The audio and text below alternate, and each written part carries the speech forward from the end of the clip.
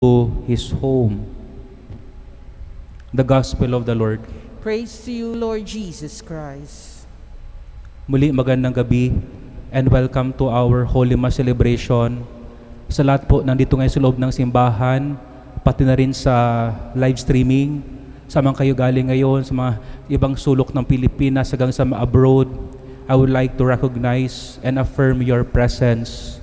Please be assured that God knows your situation and He listens to your prayers. Para po sa ating gagawin na pagninilay, ang gagawin natin ay titingnan natin yung mga magandang ehemplo ni San Jose, some of his good example, kung paano ito makatulong sa atin sa ating pakibaka para mapagtagumpay natin itong mga crisis na dumadaan sa buhay natin. Saint Joseph had good advices for us all. Dalawa lang. Una, pinapaala po sa atin San Jose na kung tayo ay naharap sa mahirap na sitwasyon, dapat kalmado lang. Pumili ng tamang desisyon at wag magpapadala sa agos ng damdamin. Pinakita na ito sa gospel kasi di pa siya nagsama ni Mary pero buntis na. Kung iba siguro na lalaki, nagwala na siguro. Lalo na pa ngayon na may mga live streaming at may mga YouTube. Ang iba nga, sa sobrang galit, pinopost pa ang mukha eh. The first lesson I got na dapat daw kalmado ka lamang sa teacher namin. Grade 1 yata kami o grade 3. Sabi na aming teacher, pag may problema daw sa bahay, huwag ikikwento sa classroom, sa mga kaklase kasi di malalaintin ang problema nito. Baka ipagkwentuhan lang kayo. Ibig sabihin pala dapat kalmado lang. Dapat alam natin ang tamang desisyon sa pagdala nating sarili. Paano magbalanse ng sarili? Kahapon, nag-attend po ako ng isang online meeting. At habang patapos na yung online meeting, mahaba, 2 hours. Yung isa pala doon, gusto niya magkwento niya kanyang karanasan kasi nagka-COVID siya. Nagka-COVID. Sabi niya, baka makatulong itong advice ko sa inyo. Nakinig naman kami. Sabi niya, nang siya din nasa quarantine, marami siyang natutunan at gusto niya, di na ito maulit sa amin. Sabi niya, ano ito? Napakalaga daw na pag nasa gitna ng problema, dapat kontrolado mo pa rin ang iyong sitwasyon at damdamin. Kasi kung hindi daw, kukontrolin ka ng pag-iisip ng mga damdamin at mga sitwasyon, gaya nangyari sa kanya. Kasi daw, una niya natagpuan nyo ba yung letter na COVID positive ka, unang tingin niya pa daw na SARS-CoV-2, gumuguho na daw yung kanyang mundo. Nangihina na yung kanyang tuhod. Parang sa ilog, dahan-dahan na yung lupa, tinatangay ng agos. Tapos ng gabi daw na hindi niya makalimutan ng gabi. Ng gabi, di siya makatulog. Ang lakas daw ng tibok ng kanyang puso sa sobrang takot. Inisip niya daw na, naku, ito namang huling araw ko. Ano gagawin ko? Pressured siya, tansyon niya kanyang katawan. At sabi niya, lalo pang naapektuhan yung kanyang for 3 days, nanghina kanyang katawan. Pero after 4th day, nagkailaw siya ng kaisipan. Sabi niya, kailangan ko magdesisyon. Hindi pwedeng ganito ang buhay ko. I need to shift a gear. Sabi niya, yung para daw kambyo ng sakyan, dapat pilitin mo na ikambyo. Ipilitin mo talaga. Sabi niya, nagdasal siya.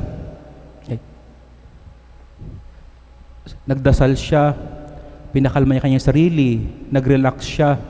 Sabi niya, isipin daw na gagaling siya. Sabi niya, sabi niya, realization niya, at the end of the world, at the end of it all, ikaw pa rin magdidesisyon sa sarili mo, kahit malakas pa daw yung agos ng negative thoughts and feelings. Tapos may isa din na nag-clarify, anong ibig mong sabihin na what do you actually mean? Parang, can you summarize what you are saying? Sabi niya ito, ikaw ang pipili ng mga bagay na iisipin mo. Hindi kung ano ang dikta ng sitwasyon at emosyon. Mga kapatid, I hope you learn also from his story. Tayo ang pipili ng mga bagay na iisipin. It's a good challenge to all of us. I don't know what you are undergoing right now, but I believe you have your own story. we try also to observe ourselves, study ourselves. How do we usually react kung ang mga bagay-bagay sa paligid natin ay unti-unting gumuguho? What do we usually do immediately? What do we feel? What do we say? What do we do to one another? Maganda siguro, agapan natin kaagad ating sarili. Agapan kaagad by the help of God. Agapan. And remember Saint Joseph always. Remember Saint Joseph. Mary buntis na, ba't hindi siya nagwala? Always remember he is a very good example to all of us, to all fathers and mothers, to all children. Remember always Saint Joseph to deal properly, to always choose a peaceful way in settling an issue, to choose properly the thoughts. Kaya ang tawag sa kanya sa gospel, Joseph was a righteous man. Matuwid ang kanya pag-iisip, matuwid. So piliin lagi ang tuwid. But I know it's difficult. Kasi ako din I'm a sickly person at simula pa kami bata, ang dami pinagdaan ng pamilya namin problema. It's difficult but it's not impossible. Why not impossible? Kasi according po kay St. Thomas Aquinas, sabi niya, you can train yourself. Kaya mo naman i-exercise ang sarili. Parang muscle, di ba? Dati mataba, pero parang muscle ka araw-araw, may lalabas na bundok ng muscle. Ganoon din sa ating panloob. Kung araw-araw mo daw i-exercise ang sarili mo sa loob, dahan-dahan, may tutubo dyan. Good will become your second nature. Being peaceful become your second nature. Being mature will become your second nature. We can acquire good qualities para maibalance lagi natin ating sarili. But it needs a lot of grace, tulong ng Diyos. Ano itong grace? Especially pag nasa gitna na tayo ng problema, minsan nakalimutan natin yung mga humili ng pari, nakalimutan natin nagdasal tayo, nakalimutan natin yung mga teacher. Usually we forget what, at the end, what talaga yung, the natural of us will come out. But always remember, kahit lumabas tayo yung natural natin, stick to God's grace. Ano ibig sabihin nito? Naalala ko ng bata din ako, nakita nyo ba yung mga spaceship ng Amerika na pumupunta sa space? Yung sa air, pag doon sa space, maliit lang yung yung eroplano. Tapos pagbaba na pag naglanding na sa sa lupa, maliit lang. Pero one time, nanood ako ng launching ng isang space rocket. Bakit ang laki? Ang laki, 'di ba? Pero pag nasa nasa ere, maliit. Kaya pala bago maka-launch ang isang rocket, kailangan may 3 malalaking tangke ng fuel sa paligid niya. Tapos doon sa rocket mismo, 1/4 lang doon yung eroplano. Yung another 3 levels doon ay tawag ay rocket launcher. Bakit mahalaga pala may 3 tangke at may mga launcher pa? Kasi yung pag-alis ng rocket dito sa lupa, may gravity kasi, di ba? May gravity. Parang it push you down. At yung eroplano naman, he will try his best to go up. Naisip ko ganoon din ang buhay natin. Ngayon, okay lang ako nagsalita na maganda, pero pag nasa harap na kayo ng problema, parang aagos ka rin talaga Kaya ang iba, Father, nakalimutan ko na But no, this is to remind yourself, parang yung spaceship, sige lang. Because God below you is helping you. Don't give up kasi ang spaceship naman, pag nakalampas na ng atmosphere, magiging magaan na siya. And that's what St. Thomas tells us, holiness and goodness can become our second nature.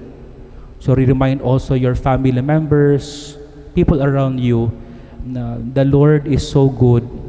He will help us. Pangalawa naman, na pwede po matutunan natin kay Saint Joseph, yung kanyang pagyakap sa misyon na binigay sa kanya ng Panginoong Diyos, na maging ama ni Jesus at maging asawa ni Maria.